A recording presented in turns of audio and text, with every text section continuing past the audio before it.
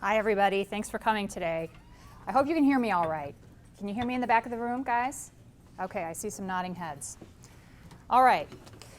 So this is indeed a hot topic, and in fact, I think for the last 6 months or so, some of our private clients have come to us with specific questions. Oh, somebody's waving in the back of the room. I don't think it's on. Thank you for saving me the embarrassment. Now is it on? Thumbs up in the back of the room. Okay. All right. So we've had some private clients come to us and ask for private consultations about this sort of thing within the last 6 months or so, because folks have known that this was coming down the line.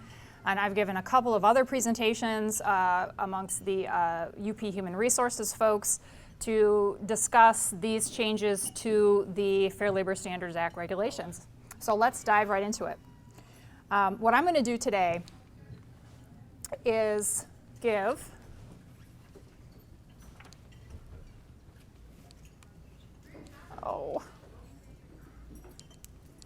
okay, just takes a little bit of a delay.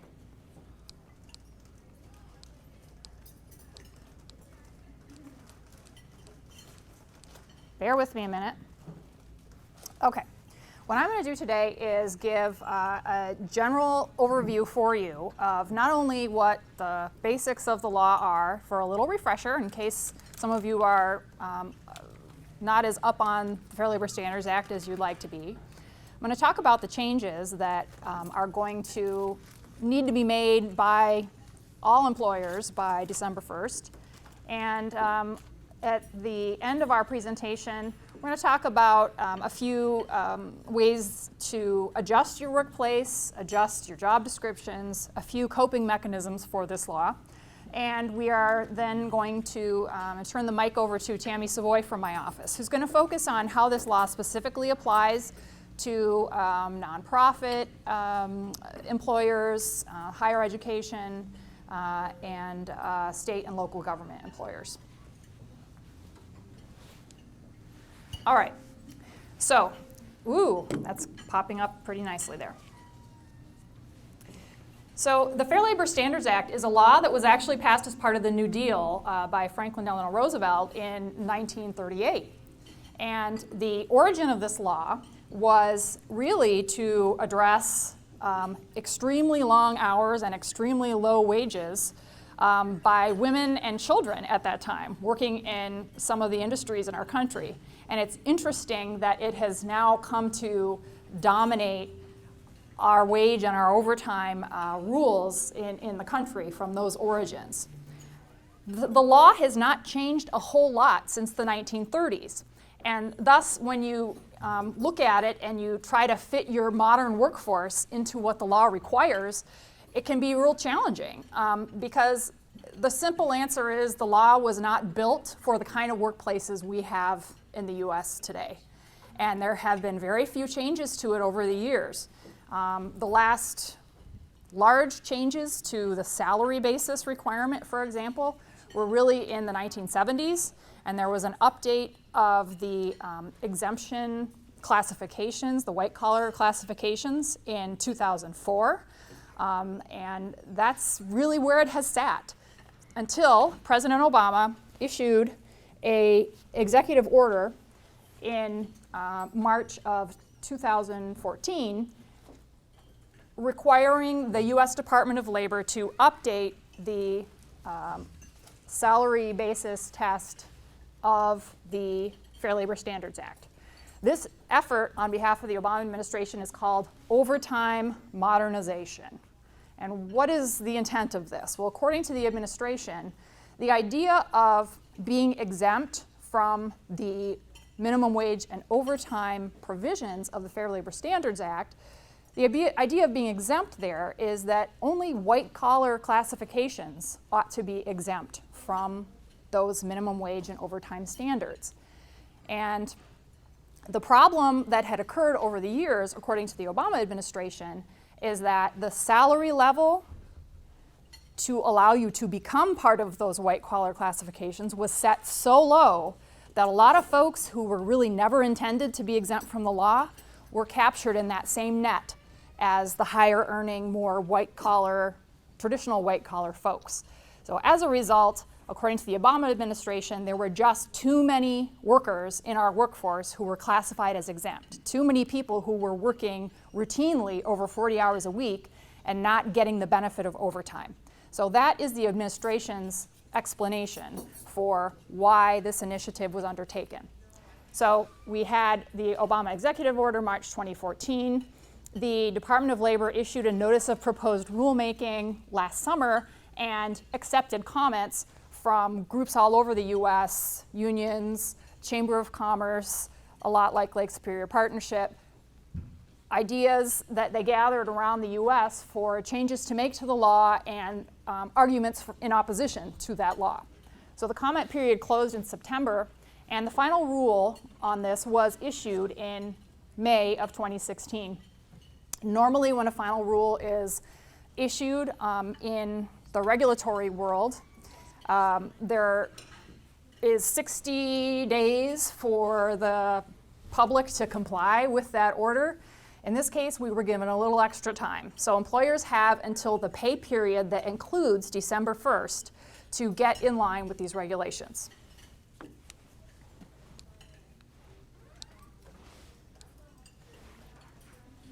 So here's our rough schedule of what we're going to be talking about today. And let's take a look at the basics of the Fair Labor Standards Act. I'm not going to spend too much time on this topic, but I do want to bring this law back to the forefront of our memories as we talk about the concepts that are being changed here. So first, you have to understand that we're talking about a federal regulatory scheme. So virtually all employers in the United States are subject to the Fair Labor Standards Act in one form or another. There are plenty of industries and tasks that are exempt from some portion of the Fair Labor Standards Act, but in general, if you're an employer in the United States, you are subject to the Fair Labor Standards Act. And its main tenets are to establish a nationwide minimum wage. Although, as you know, if you are in a state that has adopted its own minimum wage, and that minimum wage in your state is higher than the federal minimum wage, you have to abide by the higher of the two numbers. So in the state of Michigan, we have a higher number than the federal minimum wage, so we are all subject to Michigan's higher minimum wage of $8.50 an hour. The law also establishes overtime pay requirements. The law sets forth that if you are an employee subject to the Fair Labor Standards Act and you work more than 40 hours in a work week, and work week is a specific definition, you must make time and a half, that is your hourly wage plus a half of that hourly wage, for all hours over 40 that you work in a work week. So that is the basic of the Fair Labor Standards Act. A lot of what we're going to talk about today will center around those employees who are exempt from those provisions. Executive, administrative, and professional employees are traditionally qualifying as being exempt from those minimum wage standards and those overtime standards. And that's a lot of what these new regulations are going to touch upon. The minimum wage and overtime pay requirements are something that are going to impact a lot of how we have to plan around the changes in this law. So we're going to talk a little bit about how we can do that to comply. So under the Fair Labor Standards Act, who is covered? An employer has a very broad definition. You basically only need about 1 or 2 employees to be considered an employer. Who is an employee? Well, somebody who you are employing as an employer. Notice that independent contractors are not covered. That is a whole other topic. Along with the Obama administration's initiatives under the Fair Labor Standards Act, the Obama administration has also pursued an entire other initiative on tamping down on the abuse that the administration believes has happened in classifying people as independent contractors who really ought to be employees instead. That's beyond the scope of this presentation, but I don't want you to leave here thinking, well, I know the solution. I'll just make everybody an independent contractor. Many, many people have had that same idea, and unfortunately, it's not the right solution. But that is a whole other topic and a whole other initiative of the Department of Labor. So if you are somebody who is wondering whether somebody maybe should or should not be an independent contractor, you want to keep your eyes open for education and seminars on that topic, because the administration is cracking down. All right, so if we have a person who is exempt from the Fair Labor Standards Act, that means that they generally do not have to be paid overtime for hours worked over 40 in a week.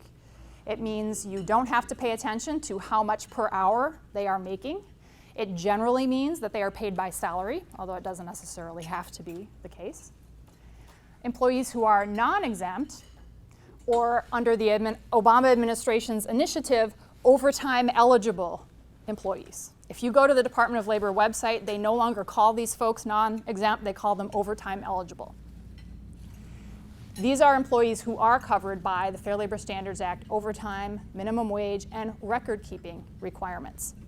One piece here to keep in mind is that generally, if you have an exempt employee, you generally do not have to keep records of their hours worked, because they get paid generally the same regardless of how many hours they work.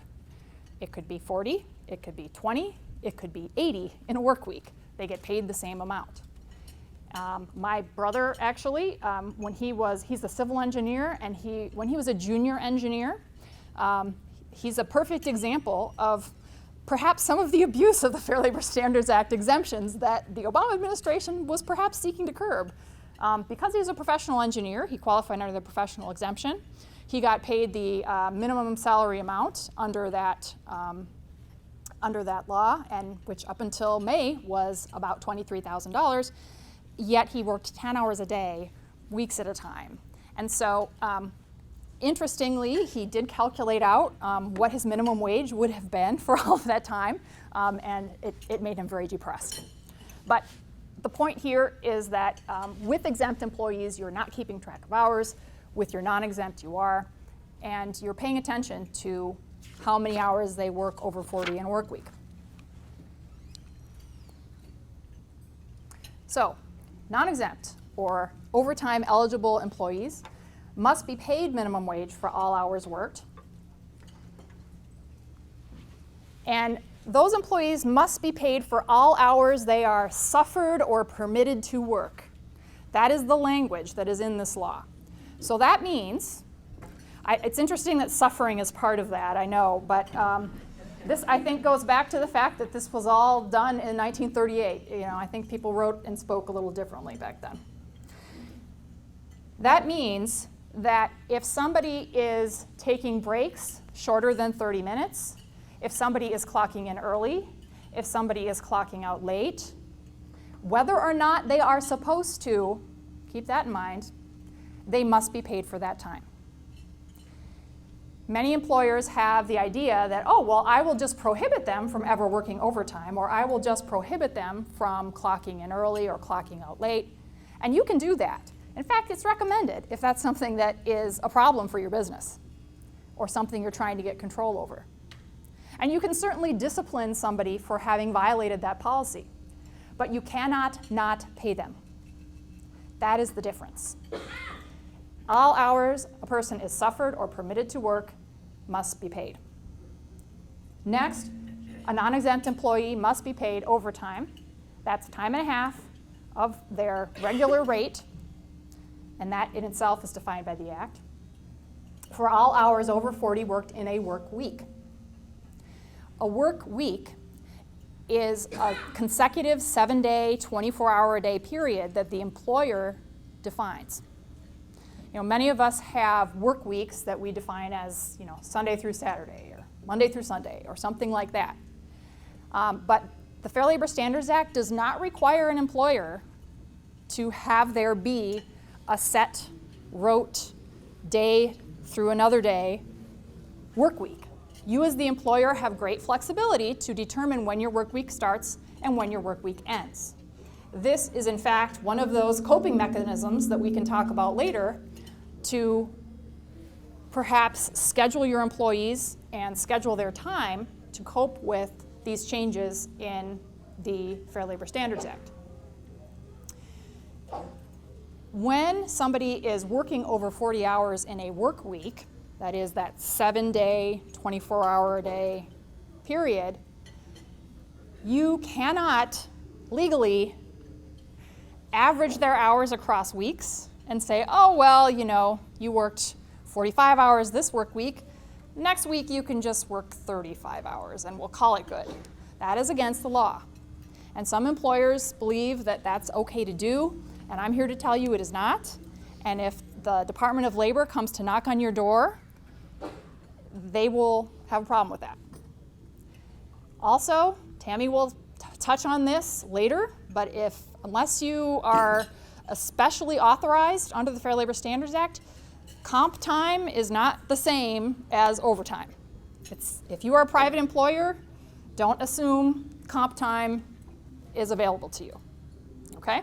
So you need to understand that if somebody is working over 40 hours in a work week, they are overtime eligible, and in general, you will have to pay them, whether you authorize that overtime or not.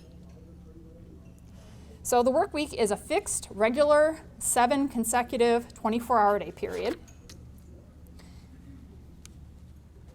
And the employer gets to set that. Now, exempt employees.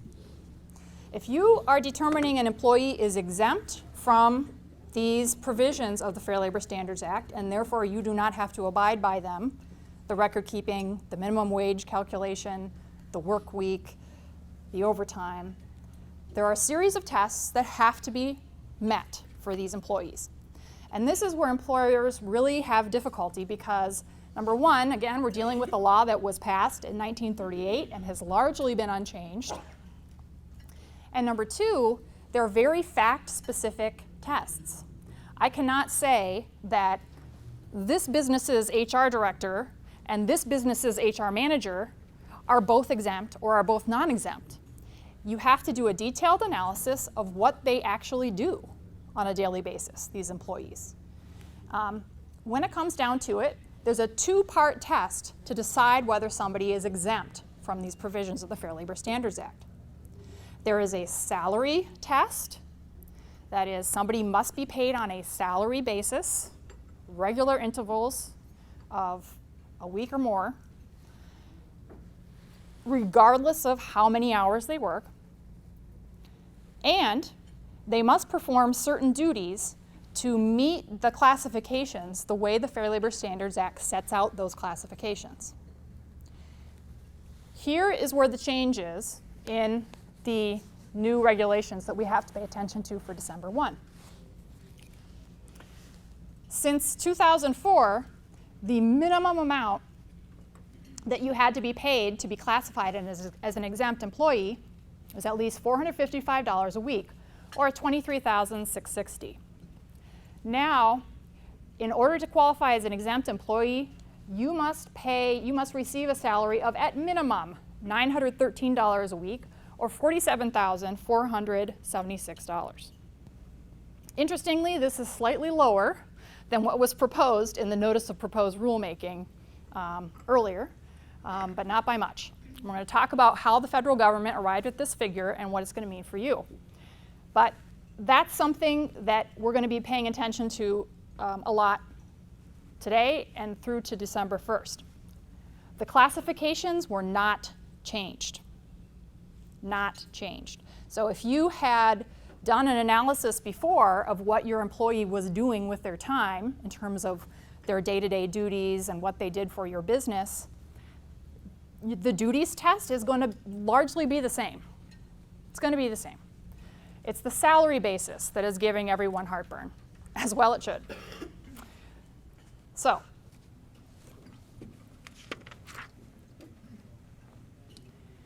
here are the changes to the law in more detail. essentially, if you want to keep somebody exempt with their current classification, you have to double their salary if they are only earning the bare minimum of what the exemption amount allows. You don't have to. We'll talk about some workarounds, but that's essentially what the law does. The other big change, which this law has never had before, is an automatic update to that number. Every 3 years, the Department of Labor is going to update that floor number of what it takes to meet the exemption test under the Fair Labor Standards Act. The next update for this number, the 47,000 number, is going to be in January of 2020. The initial notice of proposed rulemaking put out by the Department of Labor, the department wanted to update this every single year. And the pushback that they got, particularly from the business community, was, that means we have to sit down at the end of every year and reconfigure what everybody does and what they make and make sure everybody is meeting at least the salary threshold. That is too great an administrative burden. And the Department of Labor agreed. So every 3 years is when that threshold is going to be updated. Next, the change is going to be allowing that the salary level for exempt employees can be made up of not just wages, but also non-discretionary bonuses, incentive payments, and commissions. So if we're talking 10%, that's not a large amount of the salary, but it's something. So it means that if you have a habit or a tradition in your business of paying, giving longevity bonuses, for example, if somebody stays through a certain anniversary date, or certainly paying commissions for more commission-heavy industries, it's nice to know that you can at least meet that threshold with parts of those dollars instead of having to pay the threshold wage level plus on top of the bonuses, commissions, et cetera, that you've been used to paying. Finally, if you are an employer who has somebody who fits into the highly compensated exemption, that is somebody who meets the duties classifications and also is a highly paid employee, that threshold is now up. It used to be $100,000 and now it's $134,004. We'll talk about where that $4 comes from. Here's how the Department of Labor came up with these numbers. Remember I said at the beginning of this presentation that the goal of the administration, the Obama administration, was to stop casting the net so widely as to who fits into this exemption from the Fair Labor Standards Act. They felt that that salary threshold was so low, there were a whole lot of people exempt from overtime and exempt from minimum wage that shouldn't be. So they're trying to draw the net in closer, and their mechanism of doing that was to try to find some wage threshold number that they felt was a fair line in the sand between employees who typically have non-manual labor, white-collar type jobs, and those who are really on the cusp of that or really shouldn't be in the same category as those who should be truly white-collar exempt. So what they did was to look at the census figures for the United States, and initially they were going to take the entire country and find the 40th percentile marker of where salaries were for everybody in the United States and call the 40th percentile the line. And they got some pushback from, again, the business community saying, well, wait a minute, people in the Northeast get paid a heck of a lot more than people in the Midwest, people in the South. It's going to set that threshold impossibly high for a lot of employers. And the Department of Labor said, you're right. Let's take the lowest census group in the country, and that is the southern United States. So the South has the lowest wages overall in the entire country. And that's how they set this. They basically took the census, cordoned off the South, found the 40th percentile, and poof, that is our threshold. That's where this $47,000 number comes from. That's where the 134,004 number comes from on the highly compensated. And every 3 years when this gets updated, that is where that number is going to come from. It's not tied to the consumer price index. That was an earlier suggestion by the Department of Labor. That got shut down. So every 3 years, we're looking at the southern United States to determine what our salary threshold is. Strange, but sometimes that's how these things happen. All right. So the results of this, as you may already have on your radar screen, are that there are going to be some initial transition costs for employers. This is good for lawyers like me, also good for accountants, also good for wage consultants, wage and hour consultants, also good for folks that they tend to have in the larger cities, downstate, but I don't think we have a lot of up here. There are people that you can pay to do a Fair Labor Standards audit on you, to have them go through all your job descriptions, go through all of your salary levels, and determine whether people are where they really ought to be. So those are the folks who are going to be benefiting from this, and there's going to be some initial transition costs for employers. You're also going to need to review and revise your payroll, and some of the accountants and consultants will fit into that picture for you, but it's going to be a big burden on your payroll department, because they're going to be the folks most likely saddled with going through and making sure people are meeting that salary threshold. It's going to be particularly challenging if you're going to be meeting that salary threshold, not only with base wages, but also with some other combination of commissions, of non-discretionary bonuses, and incentives like that. By the way, for those of you who are saying, what the heck is a non-discretionary bonus? It's a bonus that you have promised that the employee is expecting. So if you have baked into your policies, for example, that everybody gets a longevity bonus at their 3rd anniversary or whatever for working for you, that's a non-discretionary bonus. That's something you're not going to yank back from them. Whereas your normal end-of-year Christmas bonus, perhaps, may vary or not be there at all, depending on how well the business has done that year, depending on how well people have performed that year. That's what that's talking about. Then there's the sort of intangible change that I've talked about with some of my other employer clients, which is it's going to be a psychological shift for some employees that you're going to have to designate as non-exempt. There will be certain employees that you just can't wedge into the exempt group anymore. And some employees take it as a little bit of a demotion when they say, wait a minute, I suddenly have to keep track of my hours. I'm punching a time clock. What? And they feel like something's been going wrong in their duties. And it's going to be important to explain to them that this is a change in the law that we have to deal with. It's not a reflection of your work. So, really, as a result, I think initially, fewer employees are going to qualify as exempt until employers get used to this and figure out how to work with the law. I'm not going to spend a whole lot of time on this next portion because I want to get to the rest of what we are talking about today. But I want to put in a plug to remind you that what has not changed under the Fair Labor Standards Act are the duty classifications, the second part of that test. So salary, duties. I put in your materials all of the major white-collar classifications that there are. One thing to keep in mind is that under the professional exemption, doctors, lawyers, and teachers are still not subject to the salary test.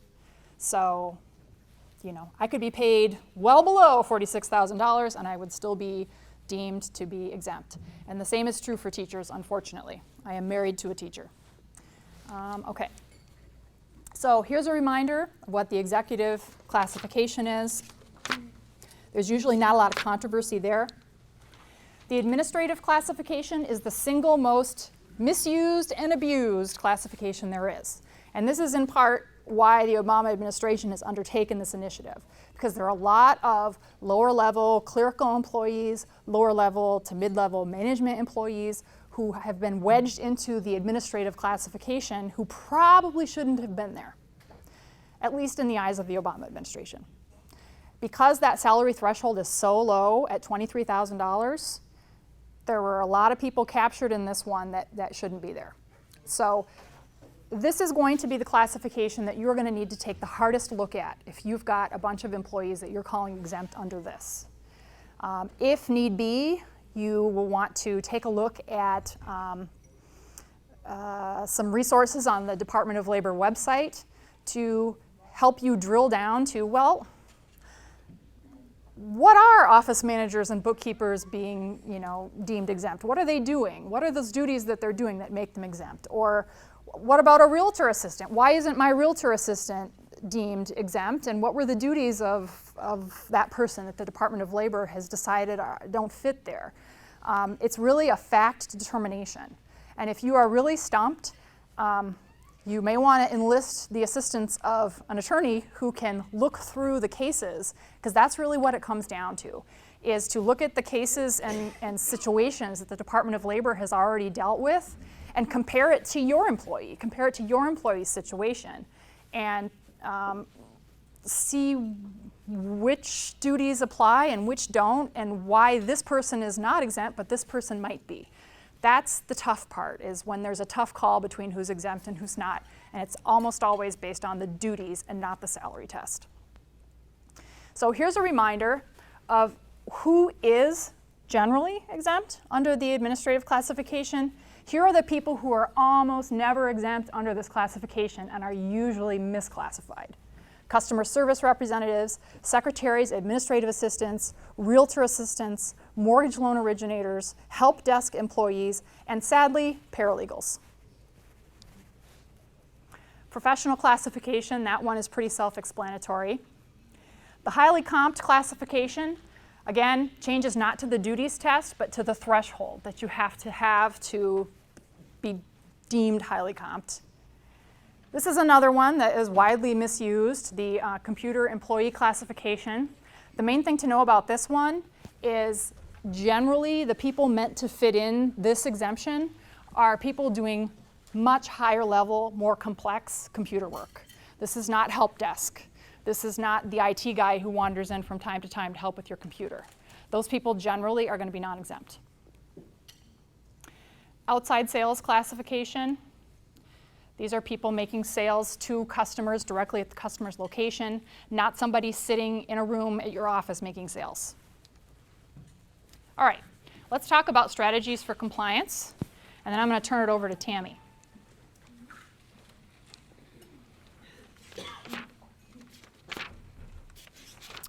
So, what to do now? The first thing you should do, if you haven't done already, is to pull out your job descriptions and pull out your payroll records. Figure out, first of all, if you just simply took everybody who's non-exempt in your organization and bumped them up to the salary threshold, or took everybody, I said that backwards, everybody who's exempt in your organization and bumped them up to the salary threshold, what impact would that have on your business? Some of you may have employees who already make well above the minimum salary threshold of $23,000 and they're exempt, and it's no big deal. But if you have anybody who makes below the $46,000 threshold, and remember that's only going to go up, you need to take a hard look at what you're going to do with those people. Are you going to raise them up, or are you going to bump them down to a non-exempt classification? Are you going to mess with their job duties? What are you going to do? So start by taking a look at your job descriptions and your payroll records. I'm going to put in a plug again. Those classifications have not changed with this change in the law. So this is also a good time to take a look at the duties. What your employee does, or at least what their job description says, is that what they actually do, or what you just say they do? Because in order to fit in those duties classifications, there are a few things that those folks have to do depending on where you're fitting them. Are they making independent decisions? Are they managing 2 or more people? You might be saying that, but are they actually doing it? And the reason this matters is because if you get a call from the Department of Labor and they come to audit you, what they do is they certainly ask for all of your payroll records and all of your job descriptions. But the second thing they do is they take your employees in a room and interview them and say, okay, now what do you really do? And some employees may cover for you, and some of them may say, well, actually, I really don't supervise that person. Or, yeah, I don't really make decisions independently. Everything I do has to come from the boss, and I just carry it out. not a good situation. So it's a good time to revisit those job descriptions and compare those to reality.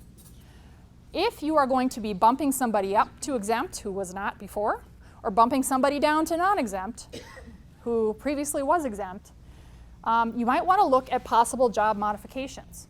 It could be that you have a person who is so valuable and so capable, you could give them more job duties and raise them. Eliminate a position.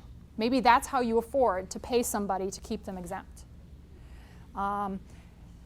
You also must identify jobs where after-hours work is essential. Because one of the key pieces of the Fair Labor Standards Act, if you have a non-exempt employee, remember we talked about those folks get paid minimum wage and overtime for all hours suffered or permitted to work. Under the Fair Labor Standards Act, work is not only sitting at your desk and doing stuff. Work is also traveling on behalf of the employer, going to conferences on behalf of the employer, answering email on behalf of the employer in the evening when your kids are at soccer practice. Those are all hours suffered or permitted to work. So if you've got somebody who does a heck of a lot of traveling, you need to educate yourself on how all of those hours in the car, driving, flying, staying at hotels, are going to total up as hours worked, and when those are going to throw somebody into an over 40-hour in a work week situation. Because if you have somebody who travels frequently and they're non-exempt, they will very easily get thrown into the over 40 hours per work week category. You might want to consider doing what you can to make that person exempt. Because overall, it may be cheaper for the business to have that person be in the camp of being exempt and salaried, where you don't have to track their work hours and you don't have to worry about overtime, than keeping them at where they currently are at. So identify jobs where after-hour work is essential and decide who's top priority to keep exempt and pay that higher salary and who's not and who can be bumped down to non-exempt. You also, almost as importantly, need to identify jobs where after-hours work is already happening and is not essential to the business. More and more businesses now have given their employees as a perk or a benefit, quasi-beneficial to the employer, I suppose, cell phones, laptops, the ability to be 24/7 linked in with the employer and to answer business emails. There are some employees who, let's face it, you don't particularly care if they're responding to email at soccer practice at night. They could just as easily wait to answer that email the next day. But we all have employees who are go-getters and they take the initiative, and that's awesome. But that is work that they are doing for you and that needs to be paid for. So if they are non-exempt, if they're constantly answering emails in the evening, that's work they got to tally up, they've got to keep track of, and that's got to be paid. And you can easily get thrown into an over 40 an hour in a work week situation, in an overtime situation, which will be more costly to you, if you've got somebody who routinely answers a lot of after-hours email and does a lot of after-hours work, just because they're go-getters, but you don't really need them to be doing that. You see what I'm saying? So we all have a lot of employees who might do that, and you need to tell them to knock it off. And you tell them to knock it off, and the way you do that is not only by having your policies that say that, because then you can discipline them for that if they violate those policies, but some employers take it even further. They take away the company-provided cell phone. They take away the company-provided virtual private network access. Or they have virtual private network access and they block it after 5 p.m.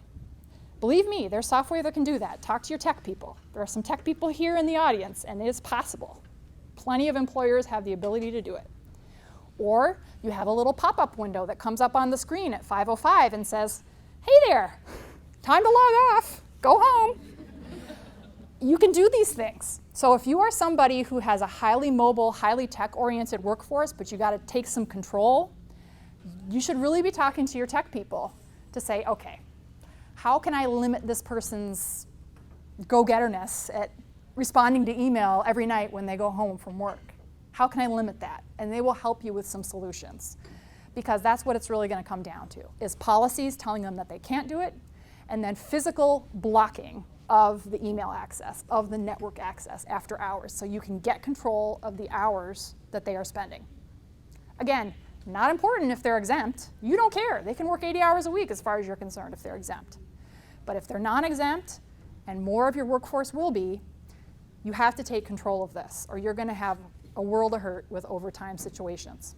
And you can't work the other way. Or, sorry, you can't look the other way. If you know they're responding to email at night, you cannot plead ignorance with the Department of Labor later. Yes? So if you send someone to a trade show that's out of town, that third hourly employee, are you supposed to pay them around the clock while they're gone? That gets into the travel time and conference attendance portions of the Fair Labor Standards Act. I will be glad to talk to you after. To keep us on track for today's topic, I'm going to dodge that question. But I can tell you this. This perfectly dovetails into the next portion of the presentation, which is, help! I don't want to pay you, Laura, to help me do this because I can't afford you. That's fine. Here are some good resources that you can turn to while you're analyzing your workforce and taking a look at what you need to be doing. Many employers, in fact, the entire country right now is dealing with this. So there's lots of resources on the web. For example, this is something that I just found on the ADP's website. ADP is just a private payroll services provider, just a random payroll provider. They have on their website an Excel spreadsheet calculator for how you can analyze how these rules are going to affect your workforce and your business. I'm not endorsing ADP, I'm just saying these resources are out there. I am endorsing, however, the SHRM website, the Society for Human Resource Management, SHRM.org. If you're not familiar with SHRM, basically most human resources managers of any salt belong to this organization. And there's a whole lot of free resources on this website to help you navigate what these changes are and how to deal with them. Some of the stuff requires you to be logged in and be a member, but not all of it. If you have a human resources professional within your business, chances are he or she already belongs to this organization, and you should tap into that membership and their knowledge because they'll be able to get you some guidance online about how to deal with this change. The Department of Labor has a fantastic website. If you have never been there, they have a lot of resources for free here, and that's dol.gov. As you move down, so here's that beautiful picture of President Obama signing this order, but as you get further down, this is where the meat and potatoes are about this law. In particular, I want to recommend you to the questions and answers, which is highlighted in purple there. Why? Because I clicked on it to prepare for this presentation. There's a lot of really good details there about what you have to do, what you can do, what you can't do. And you can use this to help you work your way through the analysis of your payroll and the analysis of your job duties. So, wrapping up my portion, but your strategies are for compliance are to keep the employee exempt or make the employee non-exempt. That's really it. And there are variations on how you're going to accomplish these things. You could keep the employee exempt by, of course, increasing the salary. You can mess around with their straight-up salary that you're used to paying them by building in different bonuses, and look more on the Department of Labor website for how the 10% piece fits in that this law allows to be made up of those non-discretionary bonuses and commissions. If somebody already has been receiving traditional year-end discretionary bonuses, like we have somebody in our office who, we're lawyers, so we tend to bonus out at the end of the year so we don't have to pay taxes. Well, this is all legal, by the way. Any professional practice tends to bonus out at year end, and that's when you give your employees the big bonuses. So we were used to giving certain employees big bonuses at year end, and now we're probably just going to end up working that bonus into her salary that we had traditionally been paying her. So there are ways to maneuver within what your practices have already been. You may just, for example, have to call the bonus part of the wages now or something like that. Further, as I mentioned earlier, maybe there's somebody really valuable who you have to keep exempt at all costs, and you want to make sure that you're adding their job duties, for example, to justify their higher pay. So you might have some people who are working more, but they're making more too. You could also make the employee non-exempt. And by that, of course, you're paying them hourly, but you're also implementing strategies to limit overtime, because that overtime will run away from you if you don't do that. We talked about that earlier. Put policies in place, put limits on the after-hours technology access if that's what needs to happen. Some employees will have a difficult time with this because they'll feel like they're having a demotion. And what you do is just, first of all, if their duties and their status merit it, you want to try to not lower their salary as a result of this law change. You're simply figuring out how you can translate what is currently their salary into an hourly wage situation for them. And you may need to figure out, okay, this person may need to have overtime at certain points during the year, during our busy season or not. And you need to figure out, okay, if I'm splitting up their current salary into an hourly wage, there might be times when they have overtime, and I got a budget for that. When is that going to be? How much is that likely to be? So you really do need to sit down and crunch the numbers and figure out how that's going to work out. You can also modify or reassign job duties, as I've said before. You can modify your work week to avoid overtime. Remember, this law only wants you to define a work week as 7 consecutive 24 hours. If you have times in your week, due to your business flow, that people tend to work lots more than others. In our office, our busiest days tend to be Monday and Tuesday, and the very lightest days tend to be Friday. We could easily change our work week so that we, make it so that those light days fall on the next work week so that we can avoid having overtime for that work week. So there are ways to modify your work week to deal with that. Yes?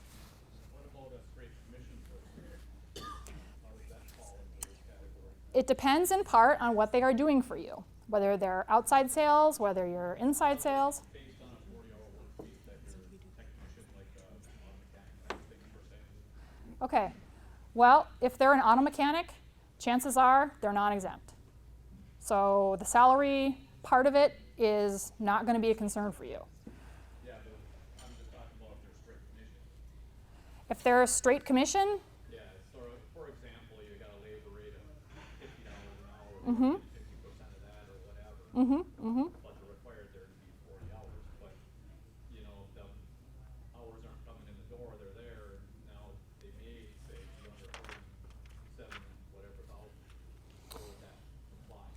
well, I'm saying I don't think you need to meet the salary threshold because they're going to be non-exempt to start. Okay. So remember, you're only worrying about that salary threshold if you are trying to make this person exempt. Well, that's kind of what I'm discussing. If they're going to be under the threshold or over the threshold, depending on what they get per hours. Okay, but an auto mechanic, for example, I don't know that they fit into any one of the possible duties categories, like executive, administrative, professional. I don't think any of those to start. I think what he's talking about is flat rate versus hourly. So flat rate employee is generated, they're based on the job hours. So if the job says 10 hours and they do it in 5 hours, they get paid 10 hours. So they can work 30 hours and get 50 hours pay because that's the flat rate way. But Go the other way. what if you go the other way? What if they're working 40 hours but they have a bad week and they only generate 30 hours flat rate pay? Are you required to pay them overtime on that remaining 10? I think that's what you're asking. Yep, that's a great question. And the Department of Labor regulations are very detailed for how that is calculated. So see me after class. Again, not trying to dodge your question, but it is seriously, it's right there in the regs, right? Right, am I right? Anybody who has tried to do calculations that the Fair Labor Standards Act requires, there's a whole regulation that lays out how that happens. So I'll help you with that afterward. All right. Also, you could hire more workers to do the extra work previously done by the exempt worker. Sounds counterintuitive, but for some people that might work out. You might end up having a whole lot more part-time workers that are non-exempt, of course, that do that job. And I've given you some ideas for useful tools for implementation, and we've talked somewhat about that during the course of what we've discussed here.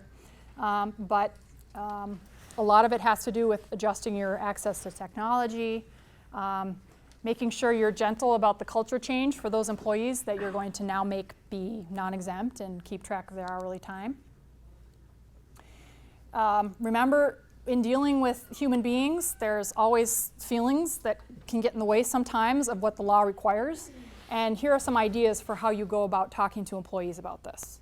Don't wait until the very last minute. The time to have this conversation is not the pay period of December 1. Do it now and explain to folks there's a change coming and it's happening because of the law. It's not because you're being demoted or anything like that. And you want to point out the positives, such as they are. Obviously, this person is going to be potentially making more money if you've determined that they are going to stay exempt, and explain to them how that's going to work out. Potentially making more money if they're non-exempt, or at the very least, those who had been answering their email at soccer games in the evenings can be assured they're now going to be working and done at 5 o'clock. For some employees, having the reassurance that their life is not going to be tied to the office constantly is going to be a relief to them. So those are some of the positives that can come out of this legal change. But I would point out, going into that conversation with employees, you should have already figured out what you're going to be doing with that person. Don't say, I don't know, you may be hourly, you might not be, no. Please do the analysis ahead of time so that when you sit down with the employee, they know exactly what you're going to be doing with them. It's going to be reassuring for them, and that conversation is going to go a whole lot better. And finally, address employee concerns about getting the work done within 40 hours a week. Particularly with the Great Recession, a lot of us have been paid the same and given more to do. So for some employees, they might be panicking about, well, okay, if you limit me to 40 hours, how am I going to get this done and this done and this done and this done, which you currently make me do? You need to reassure them your plan for how that's going to get done. And that strategy is going to be different for everyone, but it could be that you're shifting some work responsibilities to others who don't have as much to do. It could be that you're outsourcing some things that you used to have in-house. Those are different ways to make sure that you're not trying to squeeze too much work out of somebody that physically cannot be done within 40 hours, because that's a recipe for burning out and stressing out your employees. All right, Tami, I'm turning the microphone over to you for special situations. And we're going to talk about nonprofits, higher ed, and governmental entities in 3 minutes. We're going to start with a con law lesson. When Laura started off, she was talking about how this is going to apply to pretty much everybody. But remember that the federal government can only do what the Constitution lets it do. We'll get down to the bottom part there, and it says that it's the Commerce Clause that this is going under. So the federal government can regulate interstate commerce pursuant to the Commerce Clause. That's what gives the federal government and the Department of Labor the right to impose the Fair Labor Standards Act on pretty much everybody. So go back to the basics. Laura said everybody. Well, the reach is broad, but some nonprofits might be exempt. If you're a nonprofit, try this. If you're a for-profit, be careful. 2 ways that an employee is covered by the law. One is through enterprise coverage, and that means that the business that they're employed by is subject to the Fair Labor Standards Act. And the other is that the particular employee, that worker, is covered. Enterprise coverage applies if the company has at least 2 employees and produces annual revenues from commercial activities of $500,000 or more.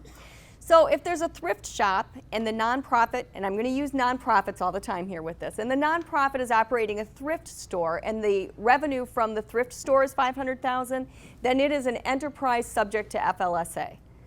But let's suppose that the nonprofit, everything that it does is related to collecting donations of food or money and distributing to the poor. That is not going to have commercial activities of $500,000 or more, despite the fact that it may collect donations of $500,000. So the enterprise may be exempt from Fair Labor Standards Act. So you may have a nonprofit corporation as an enterprise that is exempt.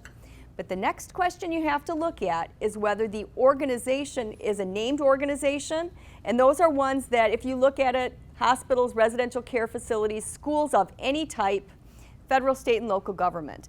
Those are ones that are named in the Act as organizations that are subject to FLSA, and if you think about it, they all get a lot of federal grants, and so there's a separate reason that they're subject to FLSA.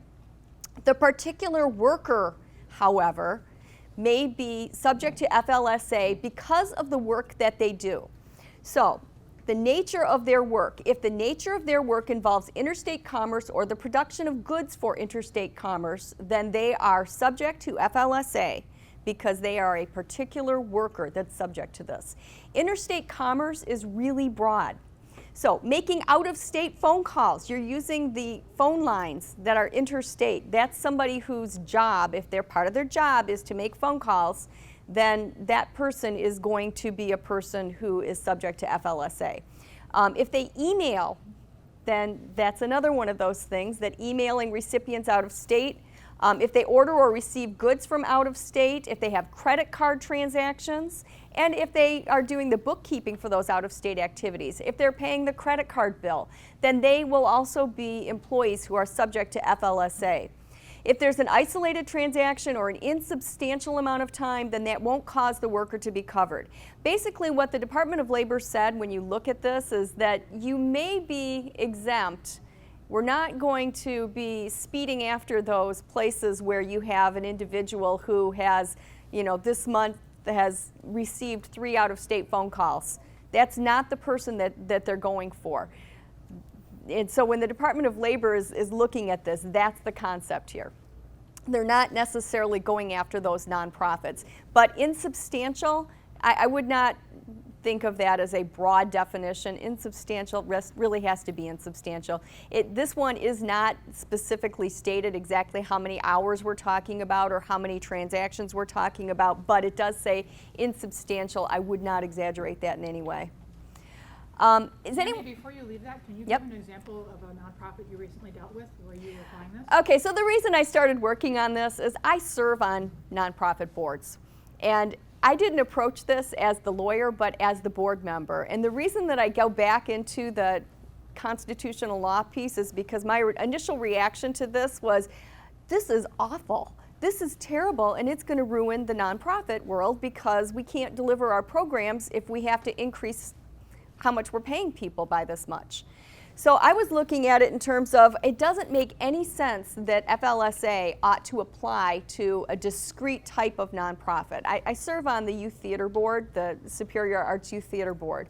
And in looking at that, and you think about it, it's very discreetly local. It's local kids, it's local productions, everything is local. And we have a huge volunteer base, including the volunteer board. In fact, the volunteer board does a lot of the things on it. Our treasurer pays the bills. We do a lot of things ourselves. So the employees who direct the play or who corral the kids or do various workshops with the kids, they are creative professionals, without a doubt. They're creative professionals. Some of them are people who have teaching degrees. That's what they do. These are creative professionals who are acting as professionals, and they run the business, and they have a lot of discretion in what they do, and yet they don't make that threshold dollar amount. So if we look at the picture of this and we say, all right, your job duties make it so that you are not the person who will be ordering anything. You won't be, if we have to order scripts, which come from New York, you will not be doing that. You won't be answering, don't call to ask questions. It's not part of your job. And we just changed job duties. And so now the board has taken on itself a lot of the duties that might otherwise have been the duties of the person who acts as executive director. And the point of this is to keep those people out of interstate commerce. Yep, so if they are not in interstate commerce, then they do not individually become subject to FLSA. Okay, so they're not going to, as individuals, they are not going to be subject to FLSA because we have removed job duties that would cause them to do anything interstate. They take care of the kids. That's what they do. They teach the kids. That's what they're up to. Is anyone here from higher ed? Can I skip these? I think we have about 30 seconds, and if I can skip them, I will. Okay, you can read them later. Municipalities. One of the things Laura referenced was comp time. Municipalities, including state universities, they can give comp time instead of paying overtime, but comp time has to be at 1.5 times for each hour of overtime worked. There are a lot of very specific rules in there. You have to be able to accrue up to 240 hours. If these are police, fire, or emergency response people, the amount of time they have to be able to accrue is increased. They have to be allowed to use that accrued comp time when they ask for it, unless it would unduly disrupt the governmental unit. Small police and fire agencies, if there's 5 or fewer, they can use their work period longer. They can go up to 28 days for their work period to figure out what the average is. When Laura was talking about how it's 7 days, that's it. You can't say, well, this week you worked 45, next week work 35. Doesn't work that way, except that if you are a small police or fire agency, you can go up to 28 days. Upon termination of employment for those municipal employees, they must be paid for their unused comp time at the higher of, and so this is another one of those things, higher of the last 3 years average rate of pay or their final rate of pay, whichever is the highest. One thing to make sure that we're real clear about too, this is all about Fair Labor Standards Act and the changes that happened to the Fair Labor Standards Act, but our state government also has a law that's the minimum wage and overtime law that in many ways mirrors Fair Labor Standards Act. There has not been a change to increase those dollar amounts. We have a Republican government, Republican-controlled Congress. We may not get there. Hopefully it'll be pushed off beyond December. But it's possible that all the, silliness that I'm doing with my Say Theater group to make sure that we never have our person involved in interstate commerce will be for naught, because if the state government ends up making the same change and boosts it and every 3 years also boosts it, it really doesn't matter what we've done to keep the nonprofit exempt from the Fair Labor Standards rules, because state law would apply anyway. So the bona fide executive, administrative, and professional exemptions still exist, same thing, but we just have not had the change with compensation written into the regs. To the extent that it's more stringent, you have to follow state law, which is why we have our higher minimum wage, but we do have to look at both of these things. So I think we are out of time, but we can ask questions if you want, and Laura, you want to come join me if anyone has any other questions? Yes? Sure. I'm from a nonprofit, so one of my questions kind of does specifically focus on overtime, because I have employees that are so passionate, they say, well, I'm going to work, but then I'm just going to come in and volunteer my time. And I keep trying to tell them, you can't really do that.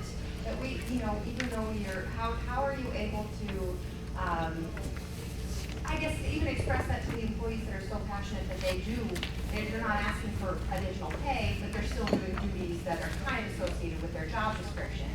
And how do we clarify that now we're going to become non-exempt and whatnot? Well, they can't do their duties that are related to their job description, no question about that. If they are a volunteer in a different capacity, they are, if you're talking about UPAWS and they volunteer to, you are UPAWS. Okay, there you go. Perfect. Okay, all right.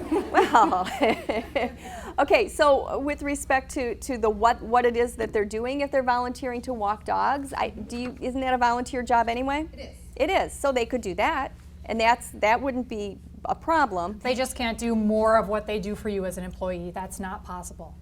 Yeah, and you just have to tell them, I'm sorry, but we can't let you. You will hurt the organization if you continue to do this. It's pretty much the only time I've ever had to say, you have to take the day off. Yeah. Don't plug into your computer. Well, and I would think you have some unusual circumstances, because don't you also have some, you are not going to be, you're going to be enterprise subject to it.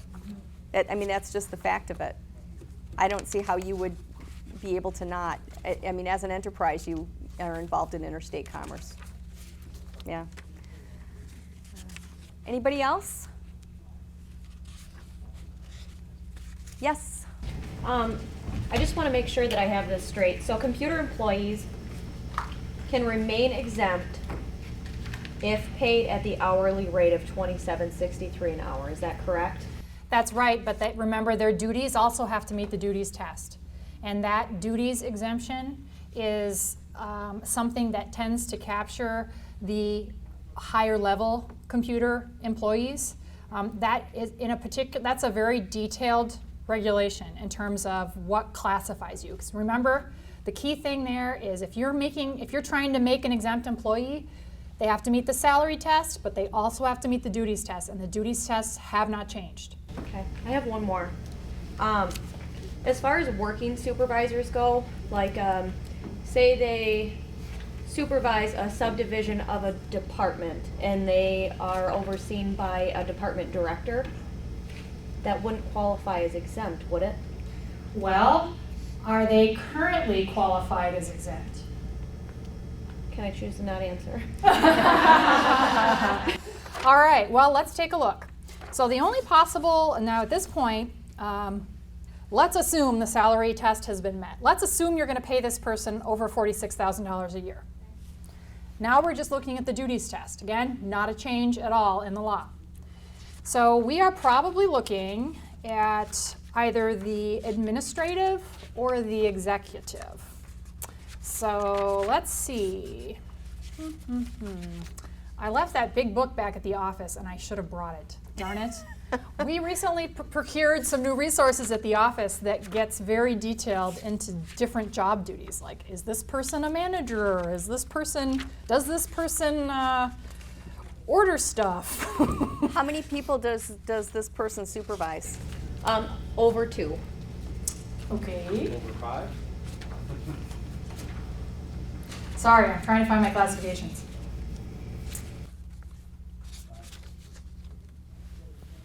See, and she's even got the 3-ring binder, so it's pretty impressive. So, all right, so for the executive classification, for example, for all of you who have the materials, I'm on page 15. So, or slide 15. So you go down the bullet points of the executive classification. Is this person's primary duty management of the enterprise? Does this person customarily direct the work of 2 or more full-time employees? We've answered that one. Does this person have hiring and firing authority that's given particular weight? Doesn't mean this person has to be the hiring and firing. It might mean that this supervisor makes decisions over who stays and who goes and who gets promoted and who gets bonuses or not.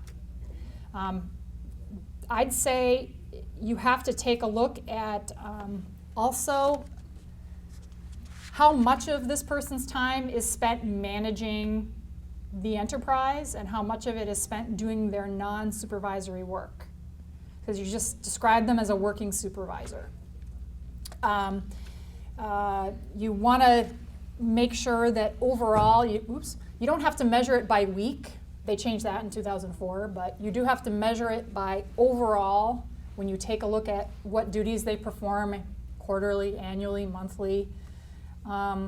If most of their time is management versus their working time, then potentially they're executive. I was looking at the Michigan regs recently, and they used 40% as their number for, primarily and not primarily. If more than 40% of what they're doing is not this, then you're not going to make it. 40% seems to be the popular cutoff. That's what the federal government used too for the salary test. Well, like I say, Michigan went really closely with FLSA. They stuck with 40% as their number. So to answer your question, I think it probably skews most closely to the executive classification. So I would say go on the Department of Labor website.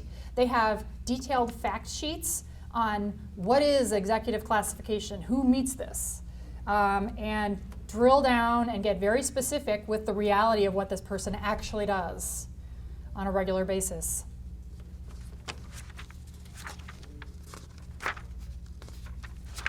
Anybody else? Oh, yes. So, let's say you have employees that work 50 hours a week. What if they, you know they can't do it, but they end up doing it and you find out 6 months later that they were working on the weekends and all this stuff? Are you still responsible for paying them when you find out? Yes. Yes. They suffered. They were suffered or permitted to work. Did you know they were doing this work? No. What if you don't know, I mean, because you don't know what they're doing on the weekends, if they're driving by a client's house or something like that. You need to put policies in place that tell them that they're not authorized to do that, and then you discipline them for having done it. Okay. But you have to pay them for having done it. So if you find out 6 months later, you have to go back and figure out, well, because you won't even know what they did. This is what they told you. You have to see, that's the thing, is sometimes this happens, and you have to have them come up with hours to document for you what they did. And you have to arrive at a reasonable compromise. That's really what happens. And it really does happen. I know I went in on a weekend because, you know, lawyers, we go in all the weekends, and we had a very diligent person who had a key to the office because she sometimes was the initial person there. And I came in and saw her working and said, "What are you doing?" And she said, "Oh, I didn't get my work finished." And I went, "You know, this is a problem, and we have to have you track these hours, and you have to put them in." And she said, "But I just wanted to get my work done." She wasn't really understanding the fact that we must pay her for this time and that it's going to be overtime, and this isn't really what we want her to be doing. And sometimes you just have to explain it. And they get it then. Never saw her again. You know, I mean, they have to work 50 hours a week, really, and it's a reputation for the boards and the lawyers and all that stuff to ensure that they get their job done. It wasn't for these lawyers. No kidding. Yeah, exactly. But that's part of the conversation you have with the employee to explain the change in the law, and that, you know, make the law the scapegoat and say, "Gosh, I love the fact that you are so dedicated to your job, you're willing to work all these extra hours. And believe me, we're taking notice of that, but we cannot have you do it. It will harm the organization." And the other piece is that maybe if everybody needs an extra 5 hours a week working, we have enough extra work that we should hire someone extra. If you're coming in and not telling us, we don't even know we need to hire another person. So, you need to have the conversation. It makes us better as a whole if you're upfront about it. Anyone else? So just a quick question. So for my organization, we are a nonprofit funded by the hotels. We're Travel Marquette. So we don't actually make any money ourselves. I mean, it's just an assessment by the hotels. So do we fall under enterprise coverage anyway? You know, I think that you're going to end up in enterprise because you are involved in interstate commerce. I think you as an enterprise are already going to be there. No, you don't match the enterprise one there, but I think you're going to have a hard time having any single employee who isn't going to be involved in interstate commerce. You do travel. We could, well, we do travel, but we could have certain employees be not involved in that and keep the other ones salaried. Could I separate out? Honestly, how could they do any work? Because if everything that they're doing involves interstate commerce, because they are, planning ads that will be in national magazines, if everything that they are doing, Well, I'm thinking of my bookkeeping, bookkeeping related to interstate commerce, if your activity, it's all in there. The person who. But look, it actually says that bookkeeping for interstate commerce is also a piece of it. Yeah, if you're doing the accounting for it as well. Okay, I was just looking at that we produce at annual revenues and Oh, actually don't produce any. But go to the individual. Right, go to the individual coverage, and that's what I'm saying is every individual in your organization is going to be in interstate, exactly. So you may not have enterprise coverage, but every individual working for your enterprise is going to be subject to FLSA. I don't think you're going to get around it. Yes? I wanted to clarify on you said donations of food or money, not food. So would money also include grants from foundation? Sure. Yes? To clarify on the working over, like on the weekends or over 40 hours a week, could an employer protect themselves by putting a policy in place where any hours worked over 40 hours a week would have to be pre-approved by a manager? And then if they came in on the weekends, then that wasn't pre-approved? But again, yes, definitely put that policy in place. That's the policy you put in place. But by the same token, if you find out that they were not abiding by that policy, you must pay them for the work that they performed, but then you punish them for having done that. In any other, it's crazy, but it's true. I mean, you treat it as any other violation of your policies. I mean, if you find out that they worked without clocking in, you have to immediately say, "What are you doing?" Because along those lines, you're also going to need a policy that says, everybody who comes to work must clock in, and by the way, you can't clock in and clock out for other people. And those of you who have long since had clock in, clock out employees, you know what I'm talking about. That is a standard policy in every bundle of employer policies if you've got employees who are non-exempt. So if you don't have non-exempt, now is the time to get amongst your policies something that says, you must clock in, you must clock out. If you are going to lunch, you must clock in, you must clock out. That's got to be amongst your policies. And again, if somebody works and then you later find out about it, you have to pay them for that work. And at that point, you're asking the employee for their account of what exactly they did and when they did it. You're asking them for their records. But you are paying them, and then you're punishing them for having violated your policies and telling them not to do it again, just as if they were violating any other policy in your workplace. Jim?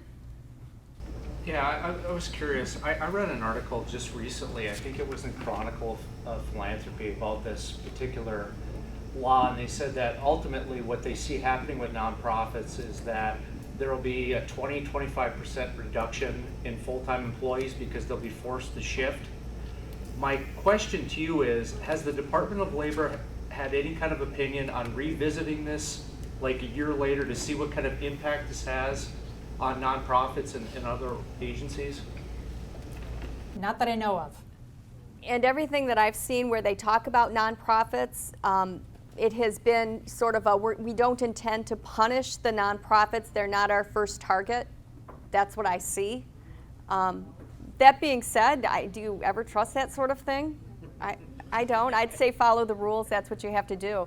You know, interestingly that you talk about the reduction in the number of full-time people. With the theater, since I brought the theater up, anybody who's had kids involved in theater, the week of a show, everybody works lots of hours, and it's, 100 hours that week. Doesn't help to have a part-time person because that's the week. The week of the show is the week that everybody's working like crazy. Doesn't help. So, what does that mean? It makes things very difficult. Anybody else? Yes? So this is an executive order, which means it's not a law. Wrong. The executive order came in 2014 from President Obama directing the Department of Labor to create new rules, new regulations under the Fair Labor Standards Act. But it could be wiped out by the next president on Yes, it could. January 20th or whatever the date is. Yes, it could. That's what I was getting at. Hold your breath. Do it. We'll all do it with you. So what do we know, what is your perspective on enforcement of this thing and sanctions? Yeah. What can we expect if, God forbid, we do something wrong or get caught? I mean, what will they do? Well, typically, if you are the target of a Department of Labor investigation, they come in, they check your records, and they have the power to do that. They separately interview your employees, and they have the power to do that. And then they decide, based on that information gathering, whether you violated the law. And typically, the punishment is to tell you violated the law, and then to issue an order that charges you for all the back pay and all the back overtime, if that is appropriate. And they will also potentially, if it's egregious enough and knowing enough, they will charge penalties, that is on top of the back wages and the back overtime, to punish you for having tried to, screw your employees. I wasn't suggesting that. I'm not saying you would ever be in that position, but I'm saying that they have the ability to charge penalties. But more often than not, it's the back wages and the back overtime. And they will use whatever records are available to try to prove that, and sometimes they have to exacerbate based on their interviews with the employees. I mean, you can imagine how this goes down. You've got, the administrative assistant in a separate room, and well, what is it? Your job description that your employer gave us says that you do this, and the employee says, yeah, no, I don't do that. And then, they look at the time records and says, well, it says here you consistently work 40 hours every single week, and the employee's going to say, well, sometimes I don't work 40 hours. During our busy season, we do this, that, and the other thing, and then they match it up. And so then they have to sort of recreate that based on those interviews and that information. And they give you a proposed order. And that's when you call the lawyers and say, do I have to pay this? And the lawyer says, well, depends. Let's see if we can negotiate. And that's how that happens. Karen? Would they have the reach to remove tax exempt status from the nonprofit? They aren't the IRS. So they are not the IRS. And so no. The only way that you lose exempt status is if you are no longer primarily engaged in whatever your charitable activity is. If you're a charity, if you're under. And by exempt, we should clarify, you're talking tax exempt status, Right. not FLSA. Yes, exempt yes, status. sorry. Yeah, tax exempt organizations aren't going to lose tax exempt status for an FLSA violation. They lose tax exempt status for not meeting primarily the purpose that they are exempt for. Any other worries? Oh, good. We're all relieved. Glad to hear it. So does anybody want to hear the answer about paying for travel time for non-exempts? Okay. So basically, if you are sending an employee for a conference, those conference hours, if you're making them go to this conference and it's not purely voluntary, their time at the conference is counted as work time. It's all compensable work time. If they are traveling to and from the conference, they get paid for travel during their regular work hours. Outside of their regular work hours, they don't get paid for travel. They do, however, get paid if they're at the hotel doing work at night, because remember, suffered or permitted to work. So you're paying them their regular work hours if they're sitting on an airplane from 9 to 5. And then if they get back to the hotel and they open their laptop and they check their email and they start doing work for you, that's work time. So they're counting work time there. Being paid during normal work hours for traveling for the employer even happens if they're Monday through Friday employees and they are traveling on a weekend for you. So for example, the conference is on Monday and they're flying to the conference on a Sunday. They get paid 9 to 5 for that traveling. In addition, they get paid for the work they're performing while traveling, sitting in the airport, whatever, on the laptop doing stuff. So not to say that you shouldn't be sending employees to conferences, but just be aware that on the week going into the conference, if there's any significant amounts of travel time, for example, you need to back off of their other hours, otherwise you're going to kick them into an overtime situation. Because all of those hours, waiting in an airport, flying on a plane between 9 and 5, that's 8 hours that counts toward their 40 that week. Yeah. What if this scope of travel is outside 9 to 5? That's not paid. So you can also... So they're required to be at this conference that the employer paid for, they're being paid while they're there, but they have to travel. No, you don't. Hey, you can schedule them on the red eye, but that's fine. If they don't normally work, if their normal work hours are 9 to 5 and you schedule them on a flight that has to leave at 7 o'clock from the Marquette airport to go to Chicago or whatever in the evening, they don't have to be paid for that because their normal work hours don't include the 7 p.m. So you can play around with the airline schedule, no question about it. You can also play around with the driving schedule. But what happens with that employee is up to you. Particularly in the Upper Peninsula, it often happens that our planes don't leave on time.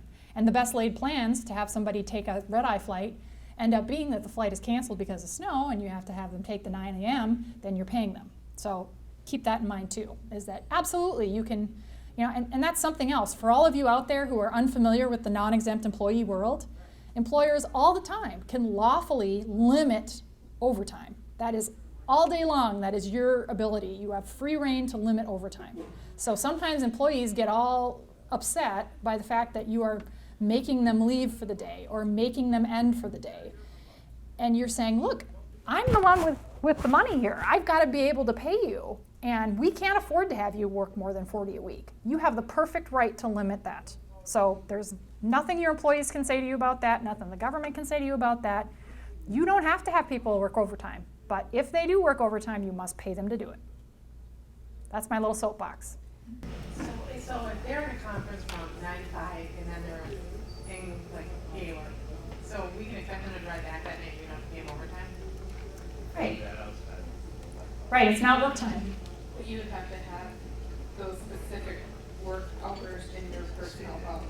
Yes. Saying that your work hours. Yeah, it would be. Is 9 to It would be ideal to have them in the personnel policies, but quite honestly, if that person routinely only works 9 to 5, you don't even really need to have it written down. We all know that it's outside their normal work hours for them to be driving from Gaylord after 5 p.m.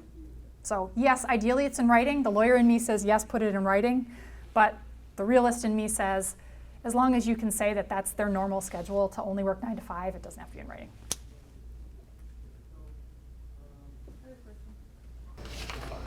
So, if you're traveling on a Saturday or Sunday, and you're riding and someone else is driving, wouldn't the person who's driving get paid, and the person who's riding because they do it, they're not working, not get paid?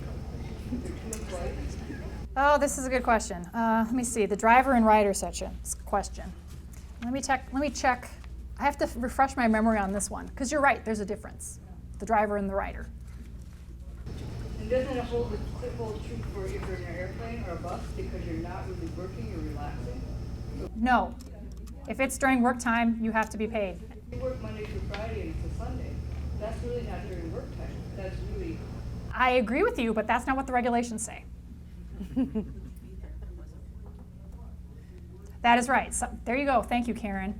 Was that you who piped up? Who else piped up? Somebody said, but for the employer's requirement to be flying, you would not be doing that.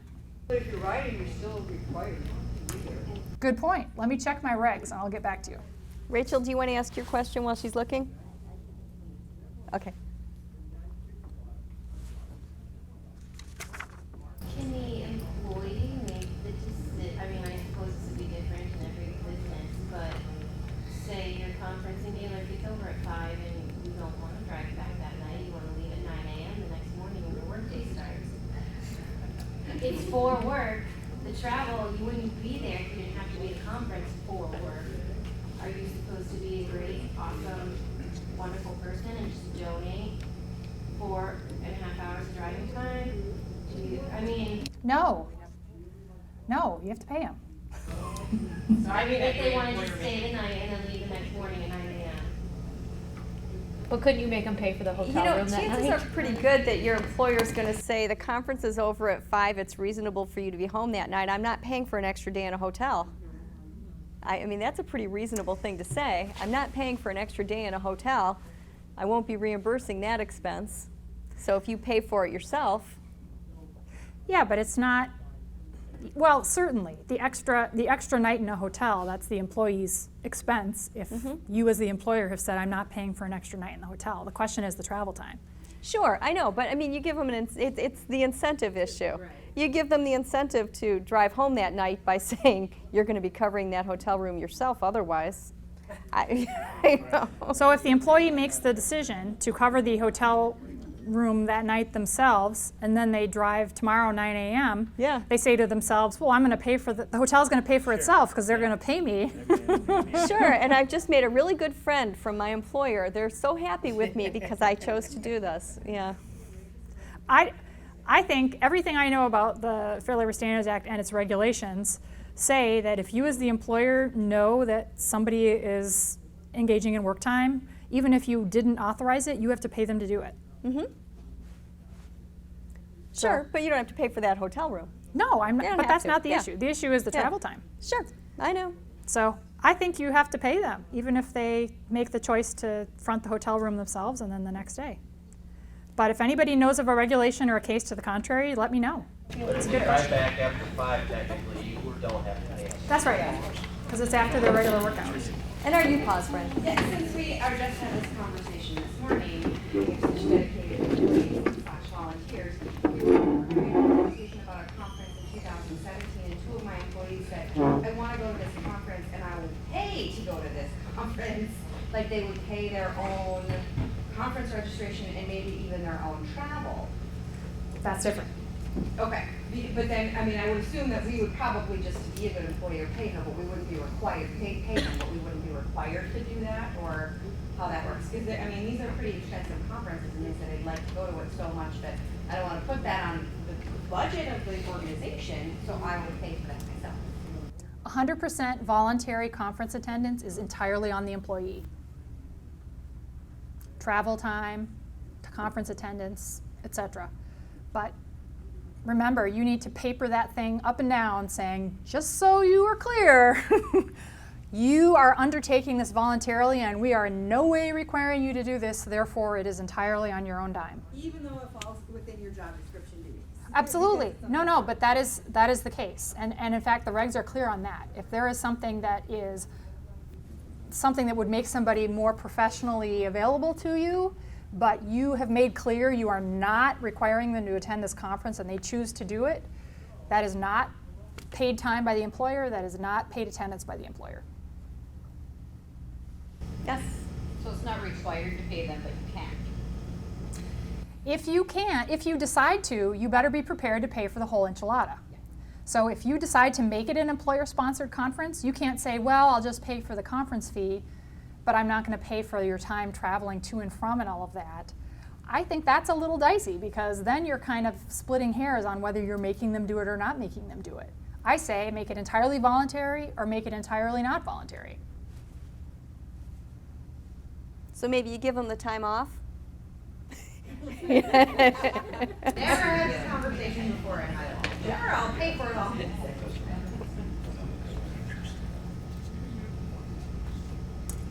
It looks like we're done. All right. Good luck, everybody.